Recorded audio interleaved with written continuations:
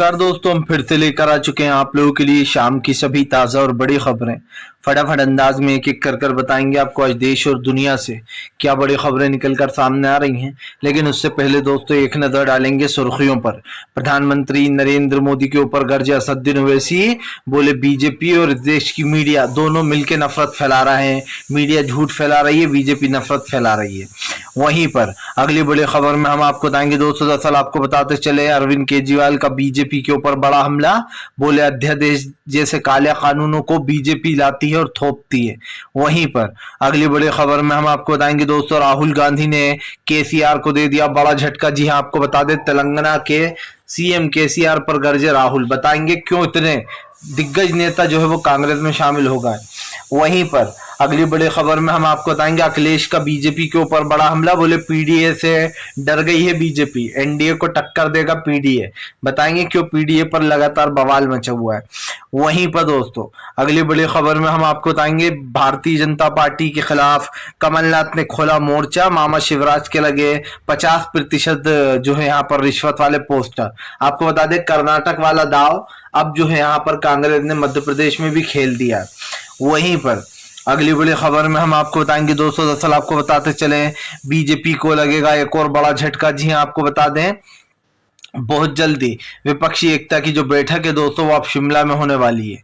वहीं पर अगली बड़ी खबर में हम आपको बताएंगे दोस्तों, मायावती का बड़ा ऐलान। बोले राजस्थान में 200 सीटों पर उतारेंगे उम्मीदवार। आपको बता दें अशोक गहलोत का गेम बिगाड़ने के लिए एजेंडा चलाएंगी मायावती। वहीं पर अगली बड़ी खबर में हम आपको बताएंगे दोस्तों, दरअसल आपको बताते चले बीजेपी जो है यहाँ पर एक और बड़ा झटका दे सकती है, क्योंकि आपको बता दें Bharatiya Janata party UCC bill लाने की तैयारी में दोस्तों जनता को।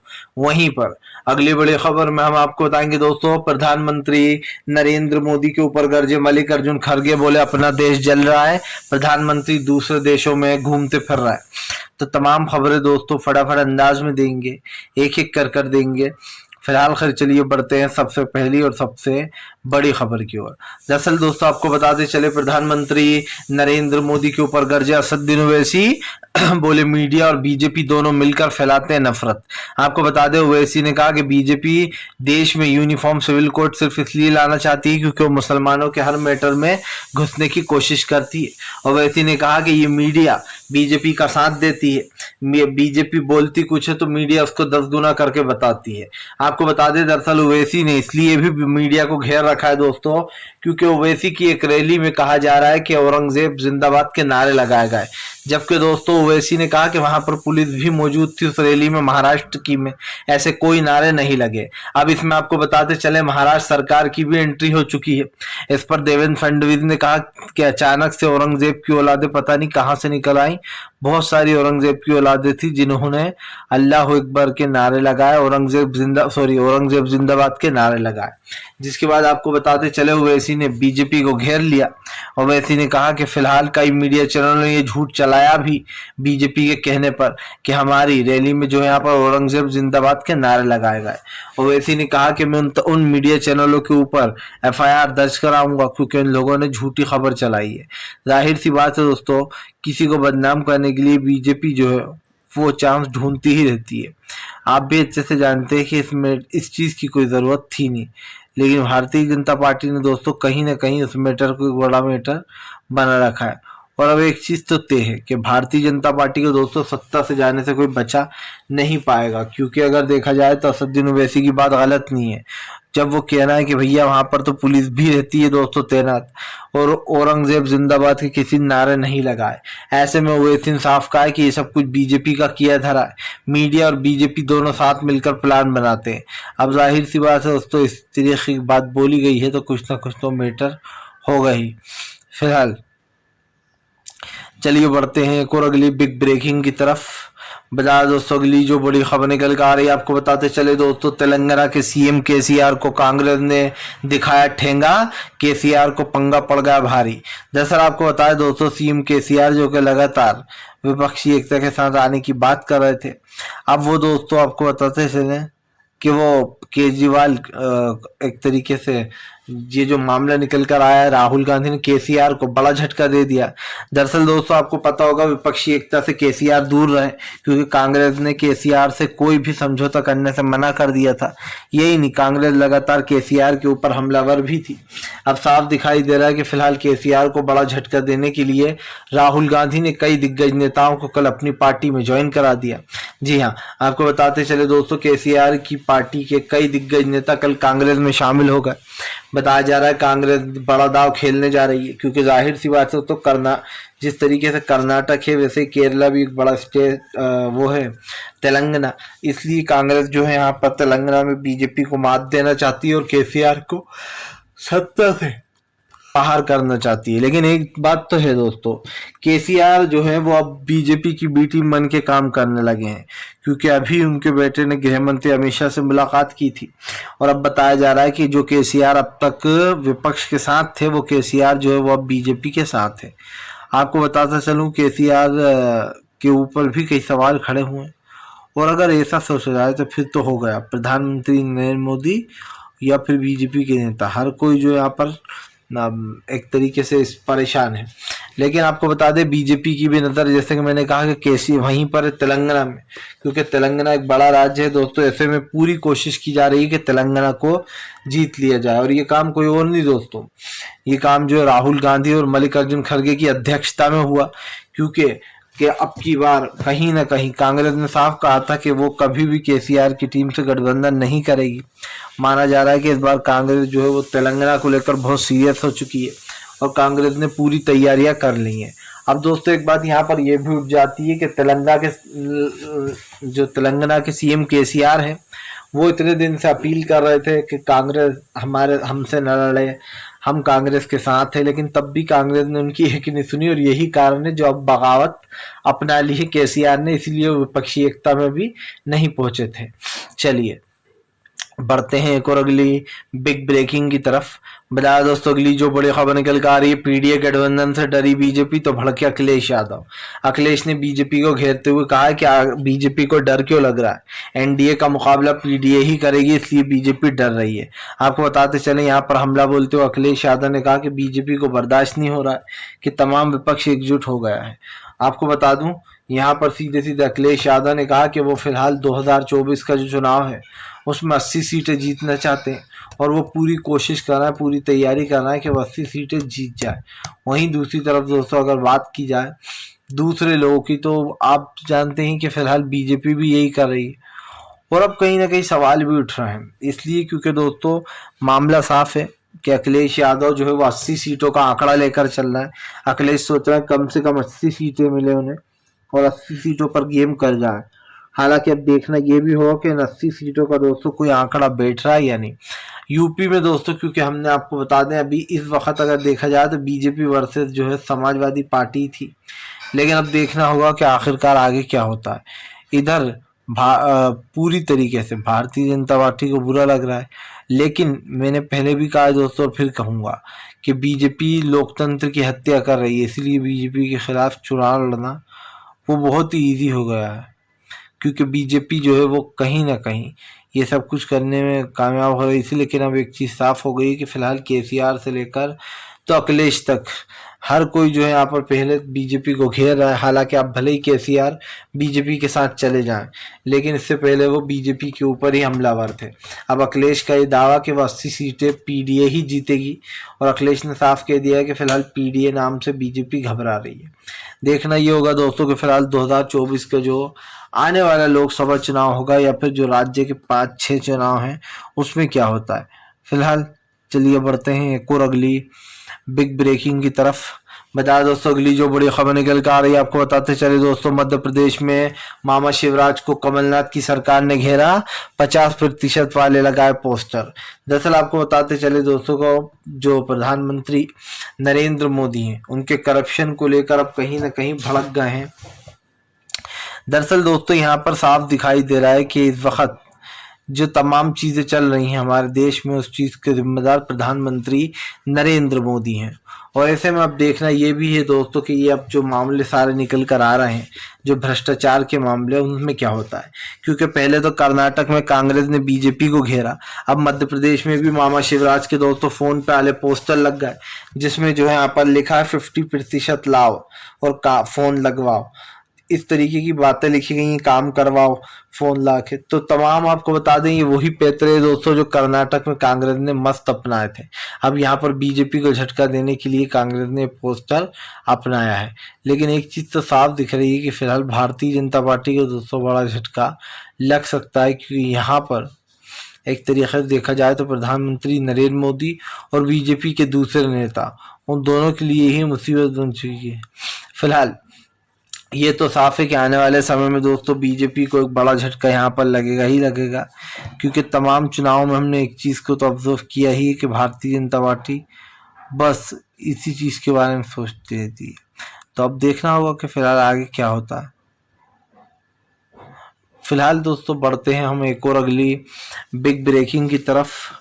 बता दोस्तों अगली जो बड़ी खबर निकल कर आ रही है आपको बताते चले दोस्तों, प्रधानमंत्री नरेंद्र मोदी के ऊपर जमकर गरजी सुप्रिया श्रीनेत, बोले प्रधानमंत्री दोहरा चरित्र अपनाते हैं, भारत की मस्जिदों में जाने में उनको प्रॉब्लम होती है लेकिन विदेश की मस्जिदों में खुशी खुशी जाते हैं। आखिरकार भारत के मुसलमानों से इतनी नफरत क्यों प्रधानमंत्री जी, आप सबसे प्यार क्यों नहीं कर सकते। आपको बताते चले सुप्रिया श्रीनेत ने प्रधानमंत्री के ऊपर हमला बोल दिया है। उनका कहना है प्रधानमंत्री सिर्फ कैमरों को देखकर अमेरिका मस्जिद में चले जाते हैं, लेकिन यहाँ पर उन्हें मस्जिद में जाने में शर्म आती है।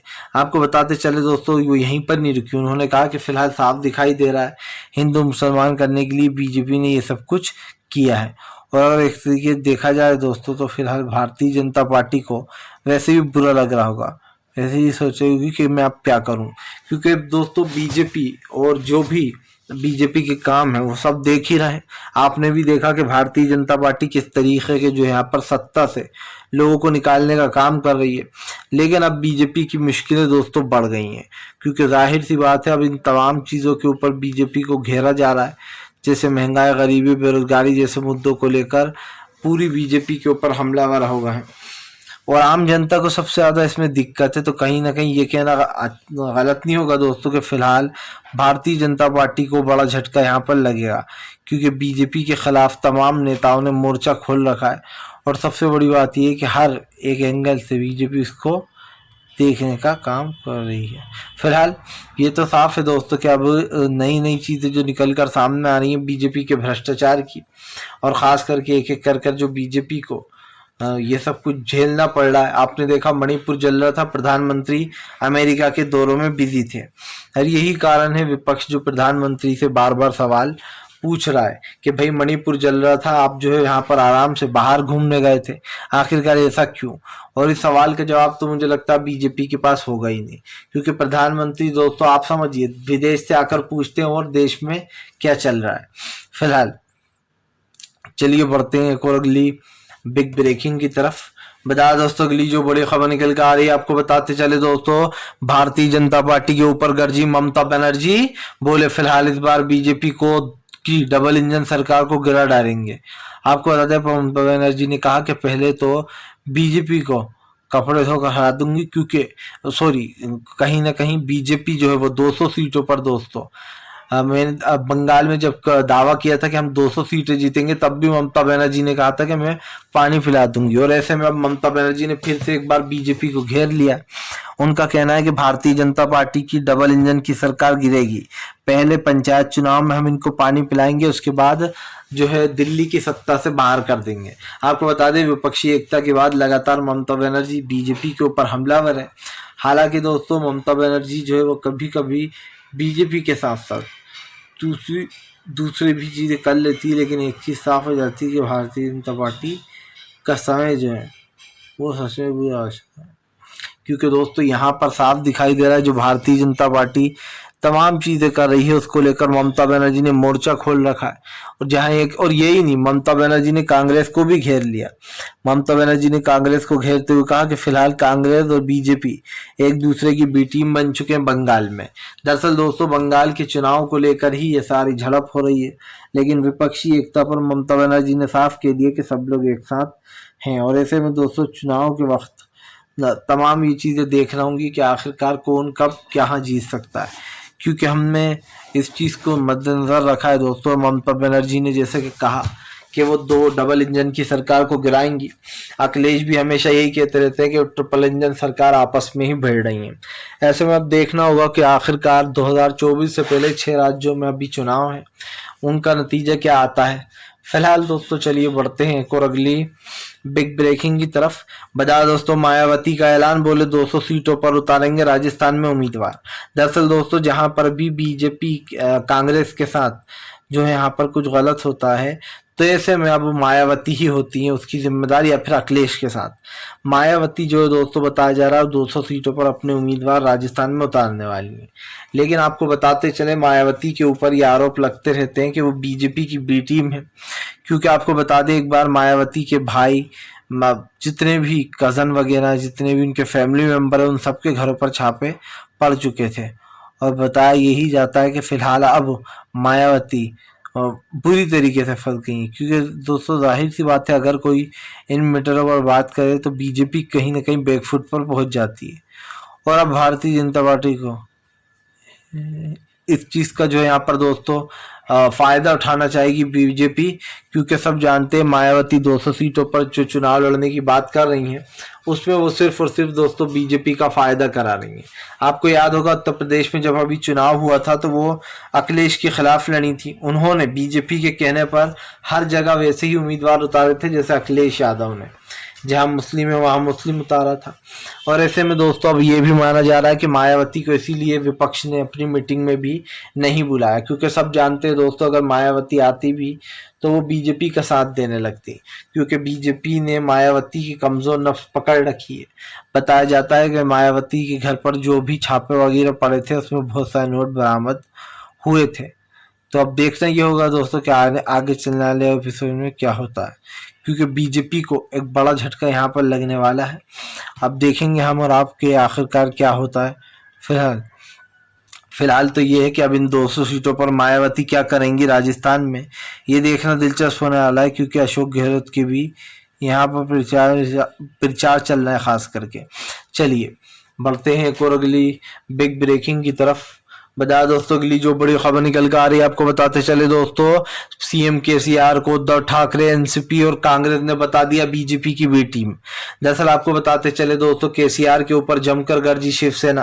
केसीआर के ऊपर गरजते शिवसेना ने कहा कि पहले केसीआर सबके साथ थे, वो देश का विकास चाहते थे, लेकिन अब वो बीजेपी की बी टीम बन गए हैं। आपको बता दोस्तों अभी कुछ दिन पहले तो सबसे मिले थे केसीआर, उद्धव ठाकरे से भी मिले थे, तब सब कुछ ठीक था। लेकिन दोस्तों कांग्रेस से कहीं ना कहीं कटे कटे चल रहे हैं केसीआर, इसलिए वो मीटिंग में भी शामिल नहीं हुए।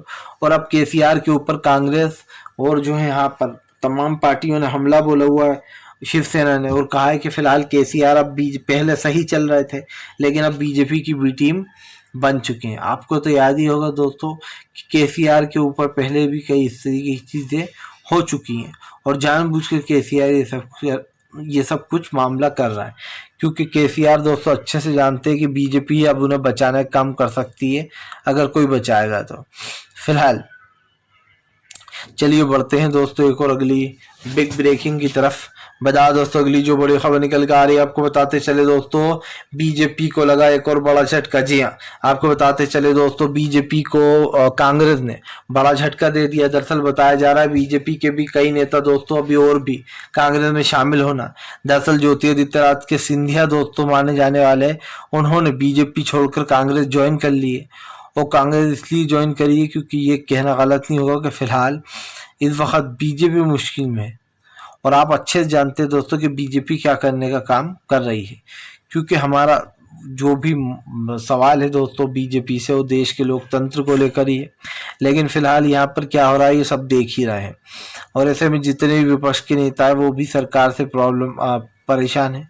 देखेंगे फिलहाल अब क्या होता है, क्योंकि बीजेपी को एक झटका लग चुका है यहाँ पर दोस्तों लोकसभा से पहले।